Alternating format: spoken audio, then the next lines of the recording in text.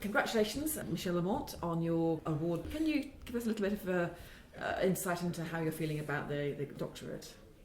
Well, I'm very proud and also honored to be chosen by the University of Warwick, which is a university that was created, only 50 years ago and has already become one of the top 10 universities of Great Britain. I think it's a testament to the importance of universal access to higher education and also meritocracy in the British context. So these are some of the reasons why I'm particularly honored to have been chosen. Thank you very much. You studied for your postgraduate studies in Paris. Mm-hmm. Do you think it's important that students should try and cross boundaries as part of their education?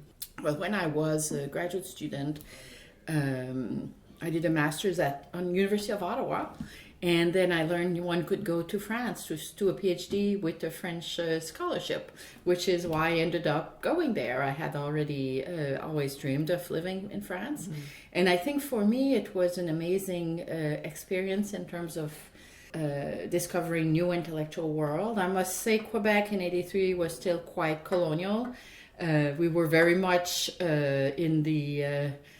living in Paris, even if we were not in Paris. Mm-hmm. So to be able to I was very lucky because when I went, actually it was 78, Pierre Bourdieu, who became one of my mentors, was just starting to publish his most important book. So that's where some of the main ideas of the social sciences were coming out at the time. So, and of course that's long before the EU, and I know how much it really opened the possibility for British and European students to travel to other countries, has created really a new breed of young people. Mm-hmm. So, your work focuses very strongly on inequality and diversity and the challenges we can present to that. Why do we find it hard, do you think, as a society to actually talk about privilege and inequality? Mm-hmm. It seems to be a very difficult topic to even start talking about. Mm-hmm.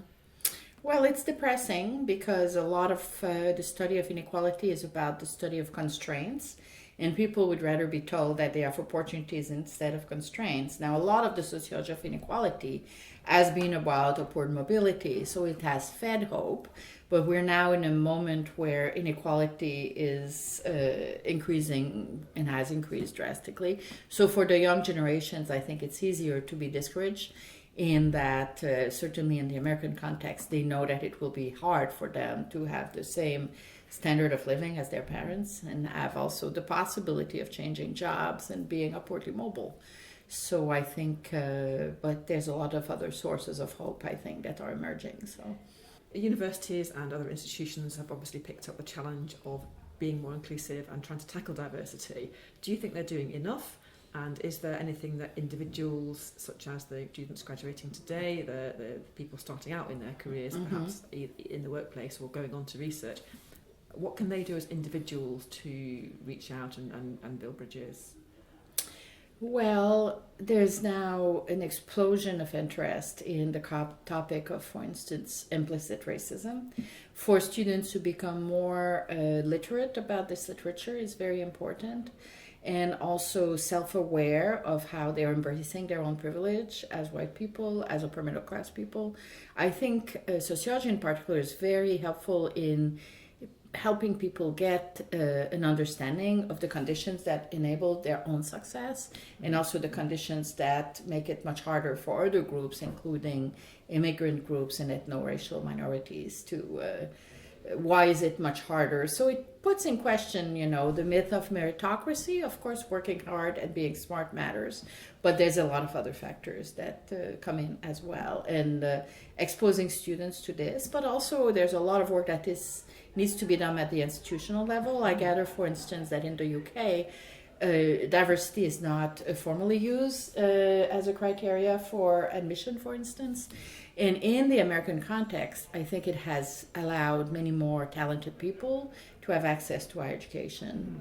For instance, in Texas, the top 10% graduates, which includes, people who go to schools where the majority of students are Latina and Latino, are able to go to the best state universities. So this allows, I think, to reward talent independently of the quality of the schools from which they come, which is important.